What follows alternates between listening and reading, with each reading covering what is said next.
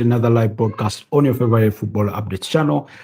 Today is Saturday, the 7th of February 2026, and I do come to you live at 11 a.m. East African time. That's possibly around 8 a.m. In Europe, because we are 3 hours ahead, right? Oh, or is it 7? Possibly 7 a.m., right? Okay. I'm thinking 7, 8, 9, 10. Oh, should be 8. Thereabouts. Anyways, perhaps I do need to check on my London clock. But anyways, I hope you guys are doing well. I hope everything has been going on well with you. Yes, it's 8 a.m. Over there in London. And tonight, sorry, this morning, we are back to once again digest the latest stuff from the world of football. Last night, we did witness a game in the Premier League for match day 25 between Leeds United and Nottingham Forest. And as predicted, Leeds did win. Not a perfect score prediction, but yeah, they did win regardless. We'll be talking about that game. I did not get to watch the game because, unfortunately, had some societal problems to take care of. And before I knew it, the game had run out of hand for me to catch up on. But I've been, catching up on the highlights, and it looked like a very, very beautiful game. One open-ended game, but it was Leeds United with their effectiveness that carried the way. Sorry, that carried the day with Dominic Calvert-Lewin scoring to extend his individual tally to 10 Premier League goals, as well just level on Hugo Ekitike, whose Liverpool side take on Manchester City on Super Sunday. So we'll be looking at that as well. And then we'll be also revisiting the digestion of the weekend preview, part of which we have already discussed, but we'll be revisiting some of those conversations. But before we get into all that, I wish to welcome all our new subscribers to the community. Thank you so much for choosing to be part of the Football Tribe UG community and things like that. I hope you enjoy your stay with us, and that you'll continue to engage, watch every piece of content that we put out, and give us your thoughts down in the comment section when you go over to the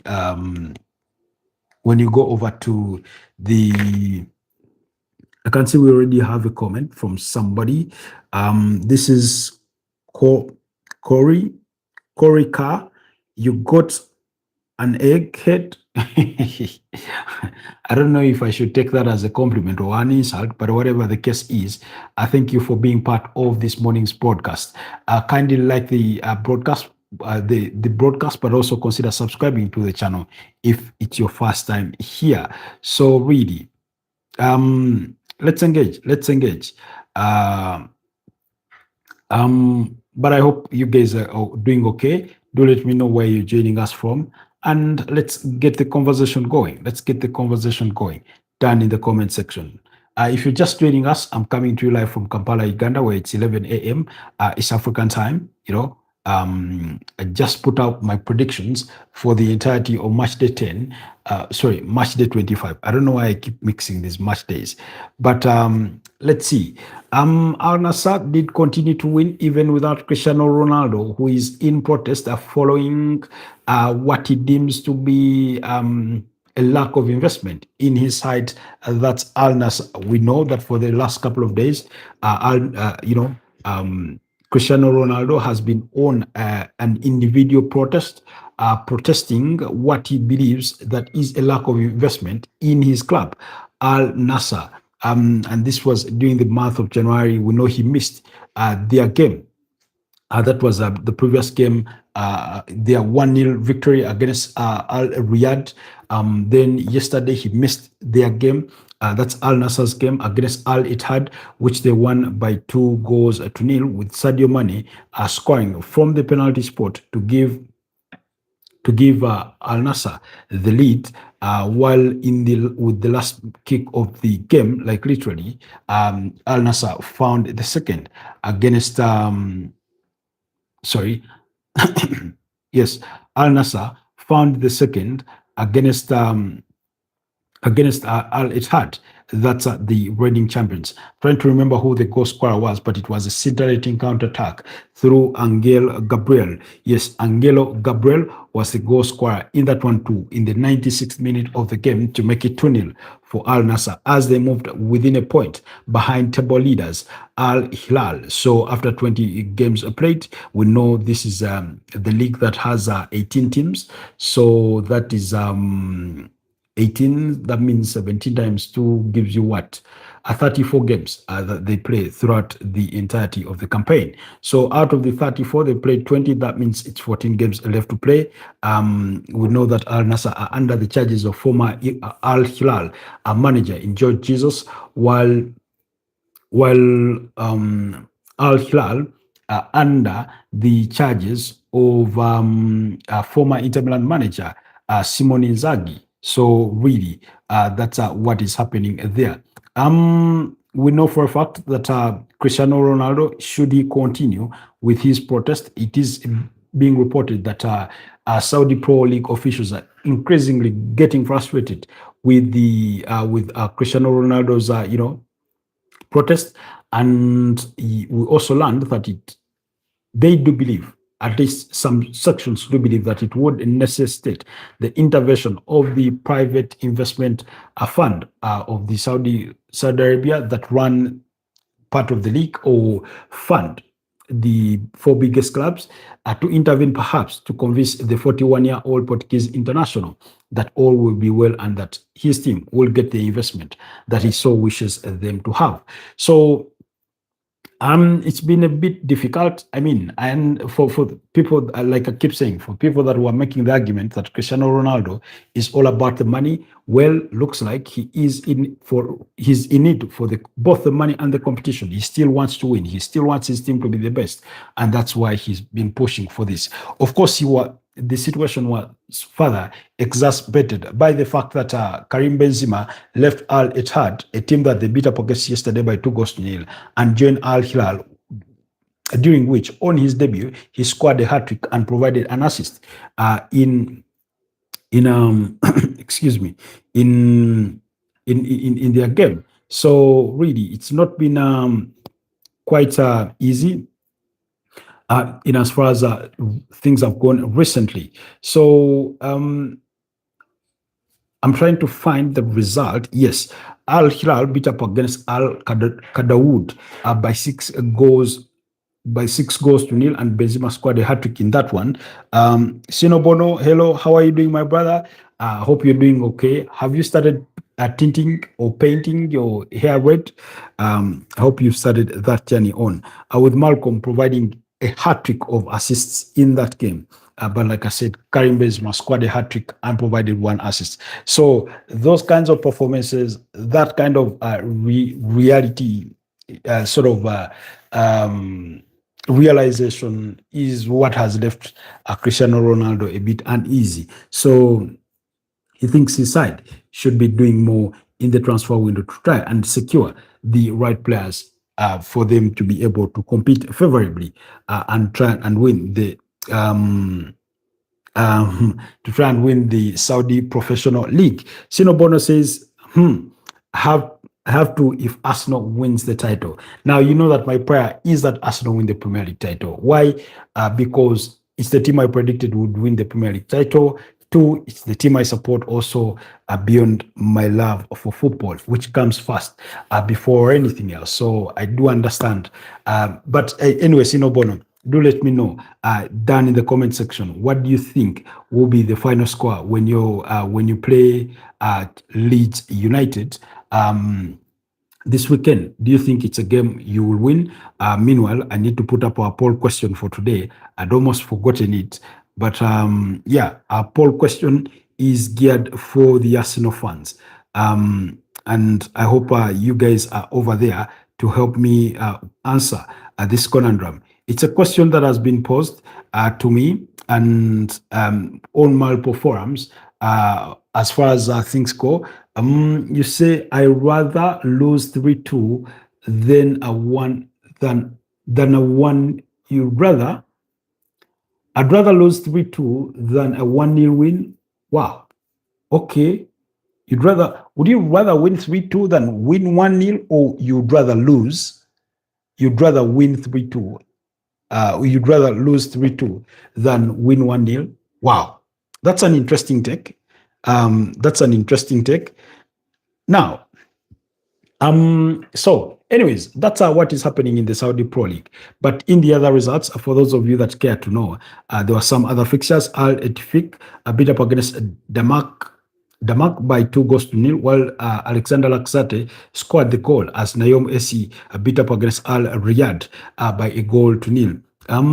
Then, of course, today there are fixtures to come your way in the same league with the likes of Al Shabab up against Al Kolod, as well as Al Tawun will take on Al Khalij. Al Khalij and Al Kadash or Kadazia will be up against Al Fatah. So those are the games there from the Saudi Pro League. Now we do have our poll question, and I think this will be more appealing to the Arsenal fans than those that aren't. The question is, the poll question for today is: if you are an Arsenal fan, which trophy would you rather win? Which competition would you rather win? Would you rather win the Champions League or the Premier League? And it's a bit of a difficult one. It's a kind of question that has gotten mixed reactions. And I say this without any. Okay, now you'll find that perhaps yesterday I gave a different answer, but I want to put context to it.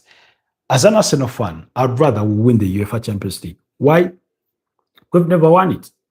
And every now and then that you try to engage in a reasonable debate about the pedigree, about the size and stature of clubs, usually it's that debate is watered down by the idea or by the fact that they throw around the line, but you've never won the Champions League, which is a statement of fact in itself. So I'd rather Arsenal win the Champions League than the Premier League. But, and this is a big but, if Arsenal were not in the circumstances that they are in the Premier League. Why? Because they've gone 3 seasons while finishing second. As we speak, they lead the Premier League table with 6 points. So when you put things into that context, because if they end up not winning the Premier League title, it feels like another bottle job that even though they win the UEFA Champions League, people will always make the argument that they bottled the Premier League title. Excuse me. However, on the other side, if they do not win the UEFA Champions League title, I do not think, okay, losing with style is okay for me. Okay, I understand your points. However, on the other side, whereas there are people that may expect them to win the UEFA Champions League, it's not a given. And if they were not to win it, it would still simply go down. Oh, well, they've never won it. Maybe they lost eventually to a better side and things like that. But losing the Premier League title for a 4th season running, and then you come second, would be, I think, unjustifiable, would be painful, would be itching, to say the least. I mean, so all those things are a possibility of happening. So I put this to you as Arsenal fans. Which competition would you rather win in as far as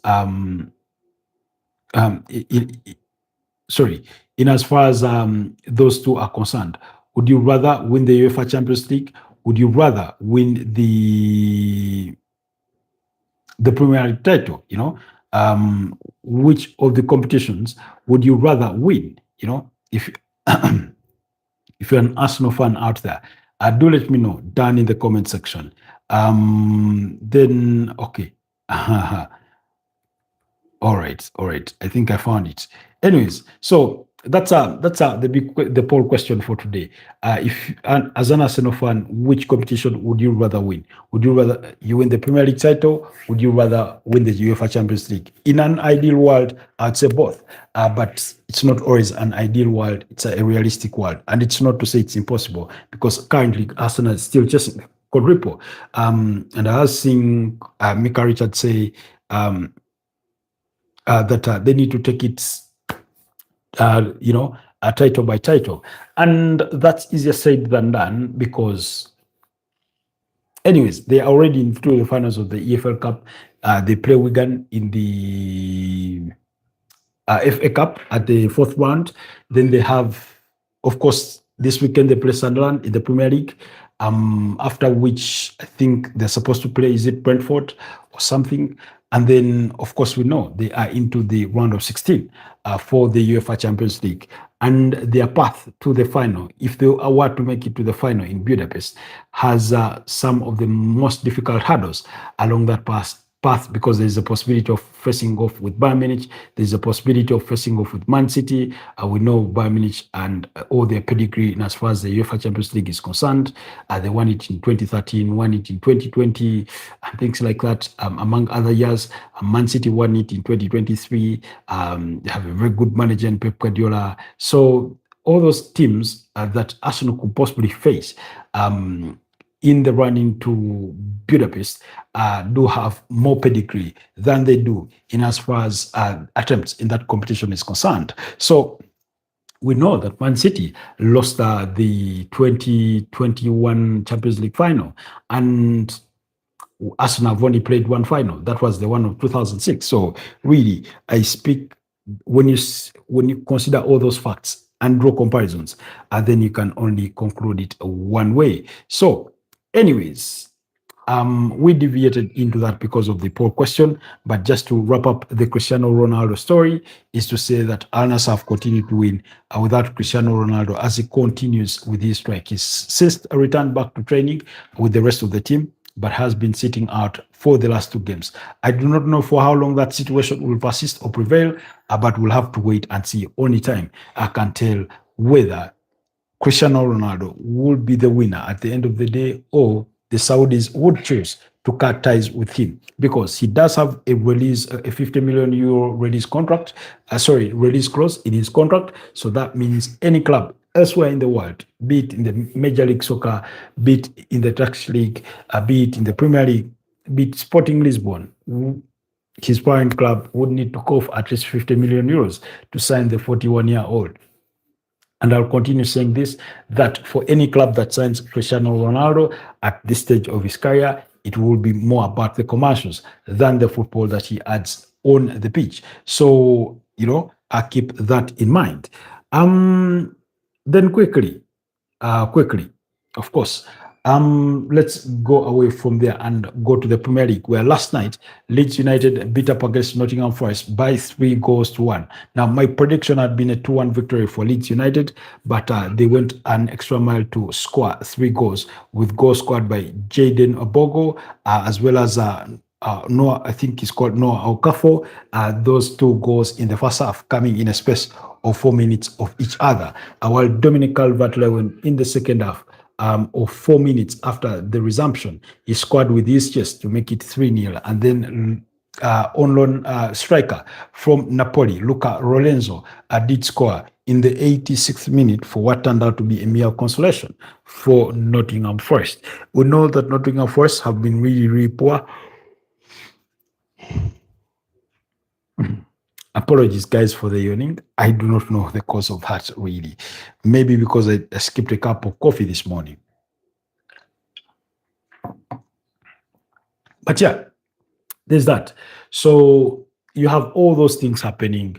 And I must say, look at, I can't help it, feel that for teams fighting relegation, it looks like Leeds is trying to pull away, because that result put them to 29 points. Of course, only 3 points ahead of Nottingham Forest, who occupy 17th place. And then that leaves West Ham United just 6 points behind Forest. And it is up to West Ham United to wake up and put points on board and try and catch up with Nottingham Forest if they are to survive relegation. The other day, Nuno Espirito Santo was speaking, and he said that he has confidence that they will survive relegation. But only time will tell. Only time will tell. So we wait to see. Pedro says, yes, Robert, I'm back. Always a pleasure. Yesterday, I called on to you to give us your predictions for the match day 25 of the Premier League. Unfortunately, you you took a fresh leave off of yesterday's broadcast. Someone said you have an egghead. Yep. I read the comment. I laughed about it. I didn't know. I was asking them whether they meant that as a compliment or as an insult, but whichever way it slices, that's their opinion. You know, so I cannot dwell on that.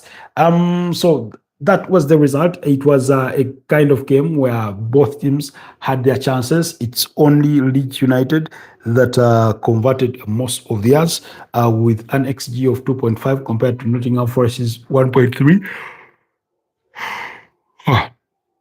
Wow. I don't know why. Something is happening to me these days. I have an increasing habit of yawning during the broadcast. I don't know why. I do not think that it's due to insufficient sleep. Maybe it could be one of the reasons. But how come that when the broadcast ends, I cease to yawn again? Anyways, guys, you'll excuse me for that behavior. It's not intentional. But yeah, Leeds United dominated the game with a possession to the tune of 56%. They had 14 shots on goal compared to Nottingham Forest's 16. 16 shots on target for Nottingham Forest and only 5 for Leeds United.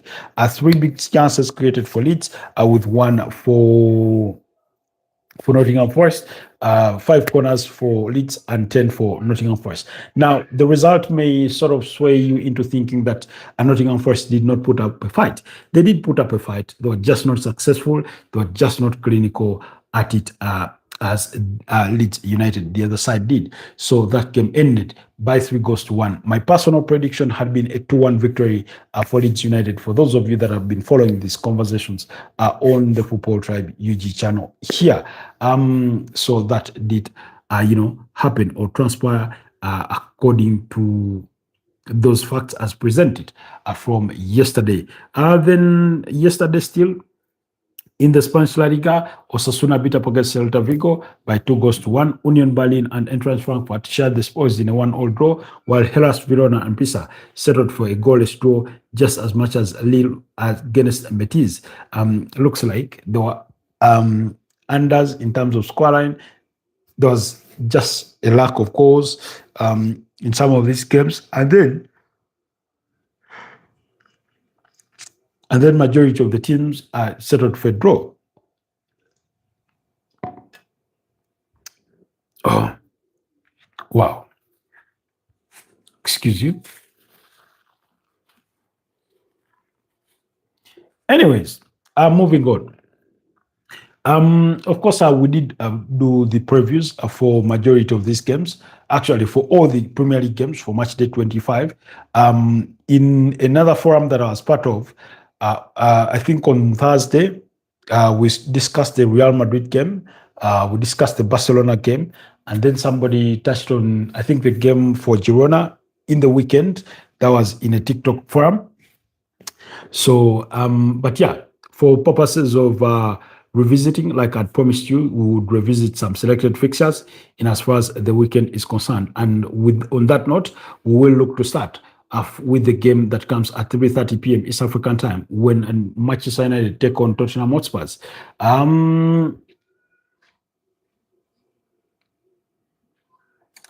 Not an easy game.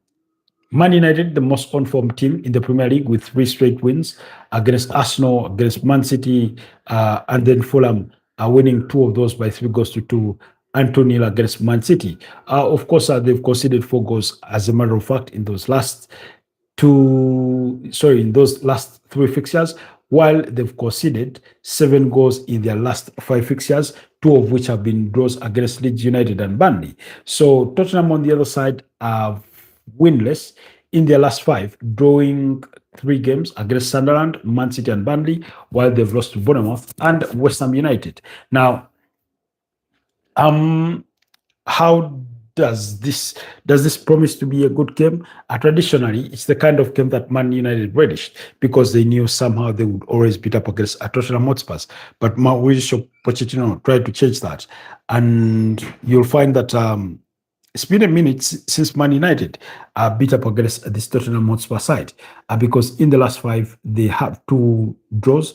That's two all draws, and then there's three victories for Tottenham Hotspur. So it can tell you the kind of trend that you need to know about Spurs or Tottenham Hotspurs over the last couple of seasons in comparison to perhaps to the Sir Alex Ferguson era, which Michael Carrick knows one too well, but where also him being a former Tottenham Hotspur player, but they will know, Man United will know that even though they are on a brilliant winning streak, this is not going to be an easy game. Early kickoffs are oftentimes tricky, but yeah, Tottenham will be geared for this one.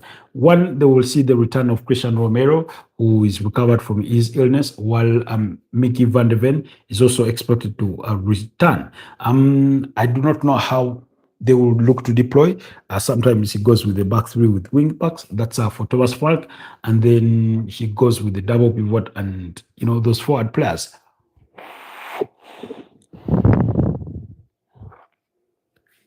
Wow. So, in my personal prediction, I went for a 2-all draw between these two sides. That's the result that I do anticipate. Although majority of people seem to be suggesting that Man United will win that game. I do not contest their opinions. Anything can happen, but expect to see Radu Dragson, Cristiano Romero, and perhaps Joao Palhinha, guys who started the previous game. Then Destiny Udogi, Achak Gray, Yuvis Bisoma, Conor Gallagher, Xavi Simons, Rando Kolongwani, and Dominic Soboslai. Ever since Dominic Soboslai returned to the team fold, he's gone on to score some brilliant goals. At long last, we do have the predictions from Pedri, who says Man United will beat up against Tottenham Hotspur by 3-1. Bournemouth 0, Aston Villa 2, Arsenal 3, 0 Sunderland, Burnley 0-1 West Ham, Fulham 1-1 against Everton, Wolverhampton Wanderers 0, Chelsea 0. I've also gone for a 3-0 win for Chelsea. Newcastle will lose to Brentford by 2-1, while Brighton will also lose by 1-0 away at the Amex Stadium. And then Liverpool, Man City, you've got for Man City to win by 2-1. So, and Nottingham Forest, Leeds, you're saying 2-0. That game already ended in a 3-1 victory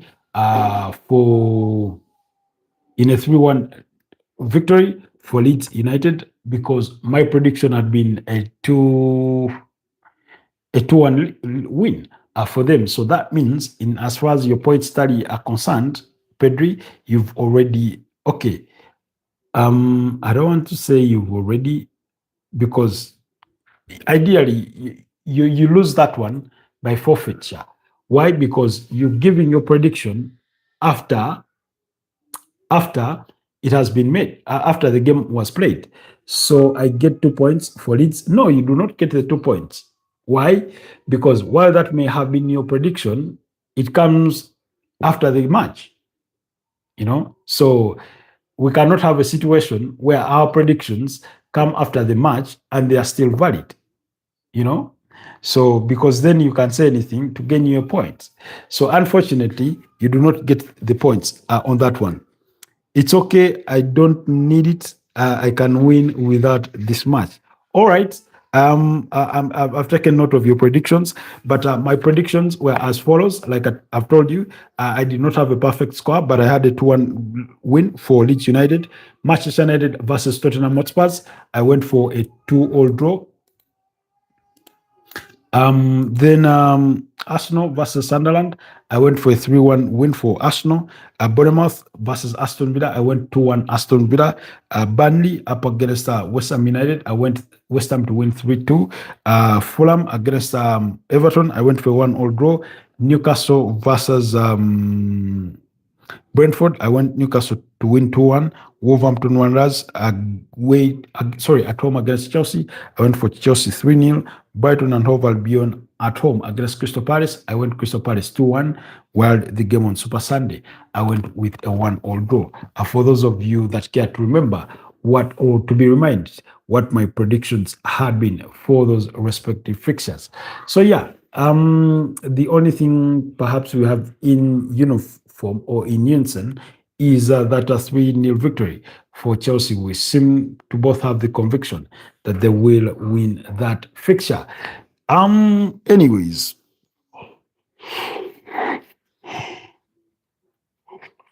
guys, I need medication for Yoni. What is the tally of points so far? Okay. With the tally of points, I think you had about 12. About 12. Let me look up our spreadsheet. Pedri, for those of you that are wondering what we are talking about, Pedri and I, on a weekly basis, we do predict Premier League games. And for every perfect score, you get 3 points. For every win or draw, you get 2 points. That means if you predict a team and to draw and they actually draw without a perfect score, you get 2 points. If you predict a team to win and they win, you get 2 points, even though it's not a perfect score. So that's the game we are playing. We started last weekend on match day 24, and myself, got 13 points. Pedri got 11 points for game week, at 24. So we'll proceed with those predictions, and we'll be here on Monday or Sunday night to go over them and look to the implications of that in as far as our prediction model is concerned and table. So yeah, I'll leave that at that. Pedri, thanks for asking. This game week will be very interesting. Very interesting in what context? Because it does have some really strong games. In Tottenham Hotspur's away to Man United, it has a strong game in Liverpool entertaining Man City. We know that Man City tend to struggle at Anfield, and Pep Guardiola said it's one of the most difficult places or stadiums to go to and try and get a win. They've won there before. There's a time, I think around 2021, they went and beat up against Liverpool by 4 goals to 1. You say I'll score a lot of points. Let's hope that's the case, because you need to play catch up. You need to play catch up in that running, because I'm still leading you by 2 points. Anyways, we won't dwell on that as well. So for the Man United Tottenham game, Michael Carrick has shown us that he tries to take game by game with different approaches for Man City, for the Arsenal, and then for Fulham, a game that they had nearly dropped 2 points had it not been for that late winner by Benjamin Sesko. So really, Tottenham on the other side, I think, are winless in 6 Premier League games. They are struggling, fighting their way into getting a win, and I think this weekend could be it, or maybe not. So it's interesting to think of that. I don't know how to describe it. You know how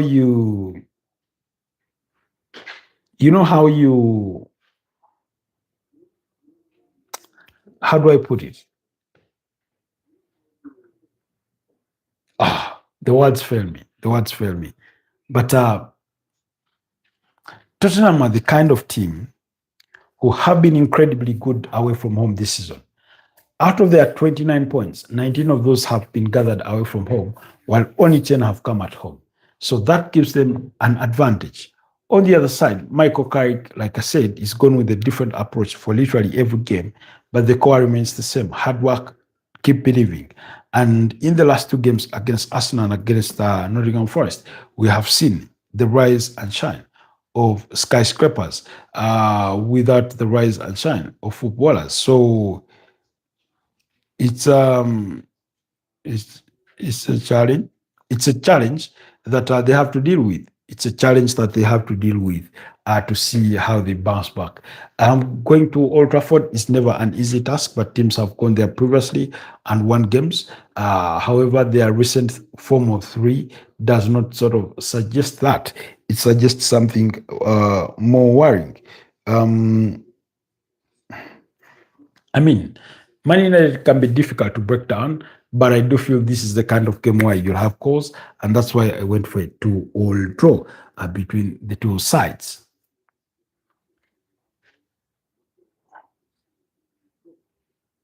Then, still speaking Tottenham Hotspurs, Cristiano Romero is expected to be available for selection, and so will Mickey van der Ven, Destin Doggy, Radu Dragson.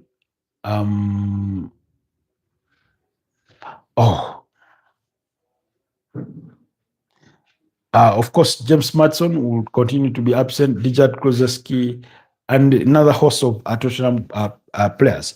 I was saying yesterday that if there's any team that deserves to complain about injuries, who have had it the worst, because when people look at Tottenham Hotspur's starting 11, they feel it's not good enough. But do you know for a fact that good enough is not enough to get things done? You know, sometimes it's not. So he will need to do more. They've signed Conor Gallagher, a player that I didn't think they needed, thought they needed an attacking midfielder, but it's their choice. They know the club better than I do. So, but they wouldn't be the first time, or the first club, or the first officials to make the wrong choice, or they make the wrong decision in as far as these things are concerned. Then quickly, Arsenal Sunderland, we know the significance of this game as Arsenal return home.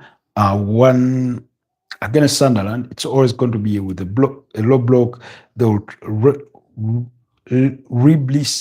Regis will have to be intentional in how they defend that composure of the ball. He said he hopes that Arsenal do not punish their mistakes and stuff like that. He went on quite well. So, but either way, with Arsenal's plethora of tools in the armor, I still see Arsenal winning that game by 3-1.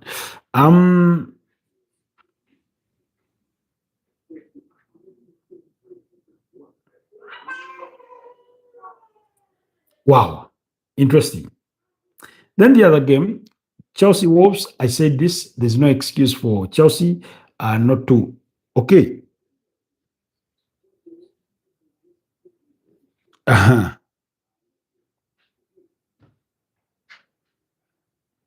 This game week will be very interesting. I'll score lots of points. I don't think it will be a draw. That's your view. Agree to disagree. Cristiano Romero has offered himself to Barcelona and Atletico de Madrid. I do not think Barcelona would sign Cristiano Romero. It doesn't come off to me as a Barcelona kind of player, but Atletico de Madrid would be a suitable side for him. Julio Almada says Carlos in Uruguay.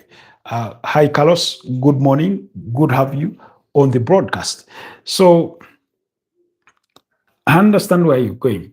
And I was saying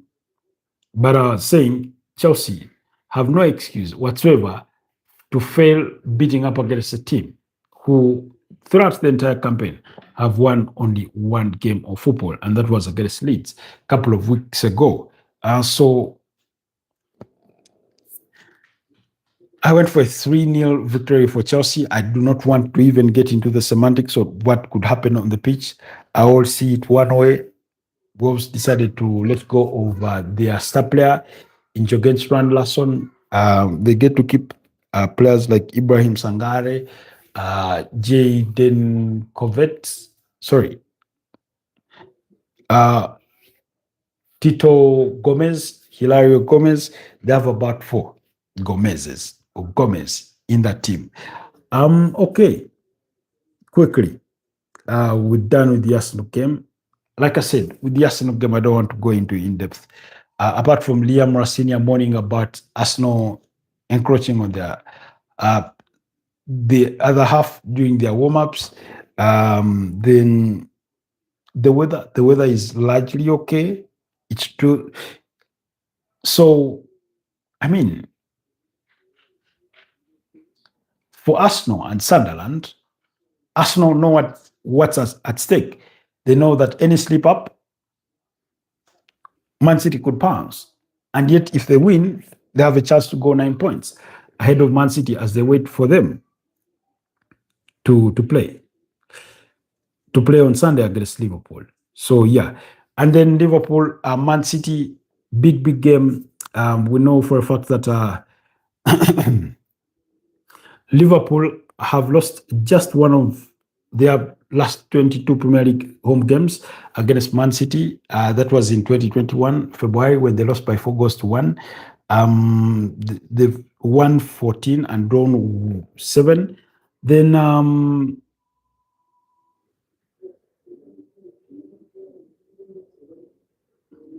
when you look at Liverpool, the sort of momentum that Florian Wirtz has, Hugo Ekitike, beautiful stuff, and yet we know that Man City do not defend well.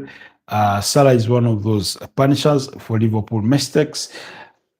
They are a very good team, Liverpool. Joe Gomez, I think, is coming back.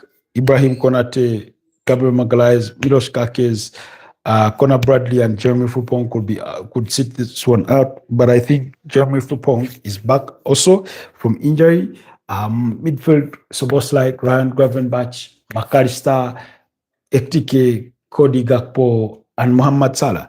That would be my starting 11. Man City on the other side had a shock when they conceded a 2-0 lead against Tottenham Hotspur last weekend. Has dropped 2 points.